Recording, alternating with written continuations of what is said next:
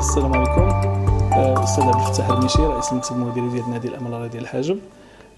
هذه هي مناسبة نتلاقاو فيها اليوم في ضيافة الناس ديال أيت حفظ الله، وخصوصا بحضور سيد الرئيس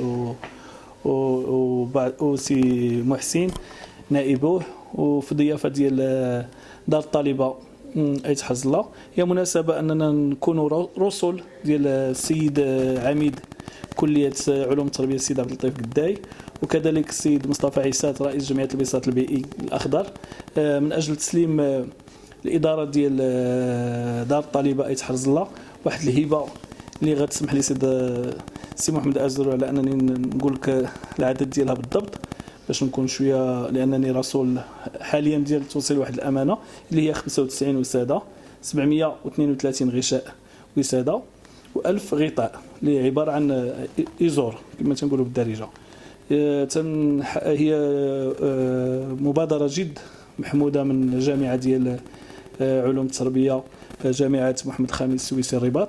شكر خاص لهم، خصوصا في ظل ما تعرفوا هذه المناطق من خصاص ومجموعة ديال الأمور. شكرا لهم، شكرا. تنتمنوا أن يستافدوا دار الطالبة أيت حفظ الله من هذه، وماشي دار الطالبة أيت حفظ الله وحدها، في حالة أن إلا كان شي خصاص في شي دار طالبة قريبة أو شي ديسبونسير أو أي حاجة، هي رهنا إشاراتهم، رهنا إشارة الناس أيت حفظ الله، رهنا إشارة أي واحد يشوف بأن عنده شي خصاص في هذه. بالتنسيق مع السيد الرئيس والإدارة ديال الجمعية، وكذلك شكر خاص لرئيس المجلس البلدي الحاجب اللي عطانا وسيلة تنقل من الرباط لهنا. شكر للجميع اللي ساهم فاش وصل هذه الامانه او هذه الهبه للناس ديالها. والسي محسن انا نخلي له يقول شي كلمه. بسم الله. انا بدوري تنشكر هاد الناس اللي داروا هاد البادره هذه، وتنشكروا السي عبد الفتاح هو اللي اتصل بنا، هو السي محمد أزرور اللي صراحه الله يعني نقولوا فضلونا ولا اختاروا انهم يختاروا ايت حفظ الله باش حتى حنا نديروا هذا اللاجر هذا في سبيل الله. الشكر موصول للجميع اللي ساهم من قريب ومن بعيد. نتمنى من الله هذا الشيء ينال الاحسان ديال البنات ديال دار الطالبه، وحنا بدورنا عاوتاني غادي نحاولوا نسلموه لدور طالبه اخرين، مثلا ديال ايت بوبيدمان، نشوفوا ان شاء الله دور طالبه اخرى اللي ممكن حتى هما يستافدوا معنا. شكرا للجميع.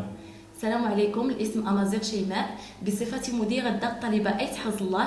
كنقدم الشكر الخاص للسيد عميد كلية العلوم التربية بالرباط، وكذلك السيد رئيس جمعية البساط البيئي الأخضر على هذه الهبة التي سلمها لنا السيد عبد الفتاح الرميشي نيابة عنهم.